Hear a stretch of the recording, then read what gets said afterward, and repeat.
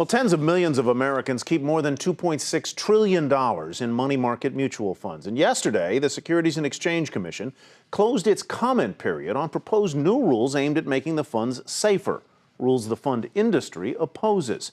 Today, in the New York Times, financial writer Floyd Norris said the rules don't go far enough, calling them pitifully weak and inadequate.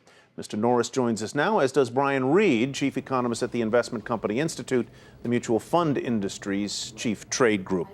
Floyd, welcome. Brian, welcome to you as well. Inadequate and weak. Why do you say that, Floyd? Well, originally, the regulators wanted to do one of two things, basically. One was to force them to admit their normal mutual funds and trade with fluctuating NAVs, net asset values. The other alternative, which they considered, was to treat them like what they really want to be treated to be, which is real banks. A bank is something that takes deposits and promises to pay you the money whatever happens to its investments. And banks, of course, have to have reserves. And around the world now, regulators are stiffening the reserve requirements for banks because we learned 5 years ago they were too weak. And yet, in this case, this is a huge banking industry that is going to get away, it appears, without having to have any reserves at all. Brian, what about that? There are a number of people who think that, given what we did go through a few years ago, that it can't hurt to toughen up the rules a little bit. What would be wrong with holding some reserves? You know, I think the important thing to keep in mind here is that the rules have been toughened, and we've been in a public dialogue for nearly 5 years to look at ways to further strengthen those rules to make money market funds more resilient. In terms of reserves, I'm not really sure what that means, except that, money funds right now hold in their portfolios 20% of their assets that can be liquidated in a single day.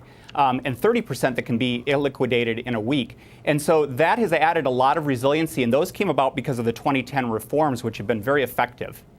You know, Floyd, one of the other things you point out is that one of the proposed rules, apart from requiring the funds to have a floating share price, it could go above or below $1 a share, is the idea of putting up charges or gates for withdrawals.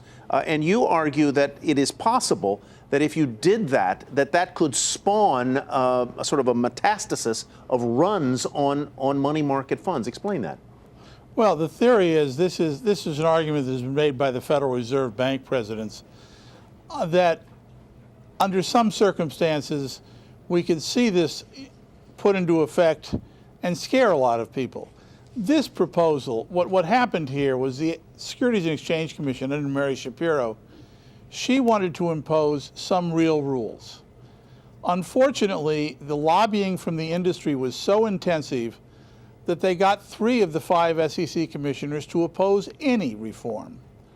The result was Mary left and the new SEC chairman, Mary Jo White, came in under heavy pressure from other regulators to do something.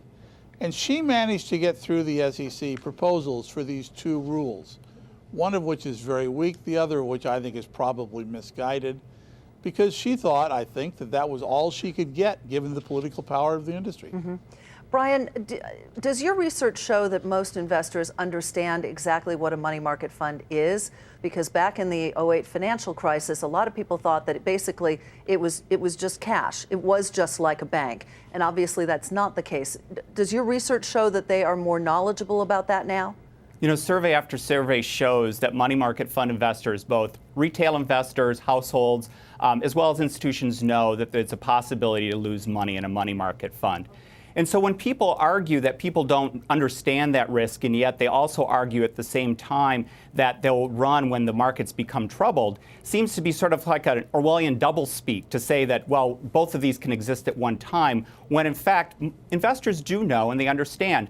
What happened in 2008, and researchers have shown this, is that fundamentally the U.S. banking system was insolvent in September of 2008. And we saw a broad pullback from not only the U.S. banks, but from banks globally. And money fund investors were just part of that. And they moved their money into Treasury money market funds, which were safer at that time. Mm-hmm.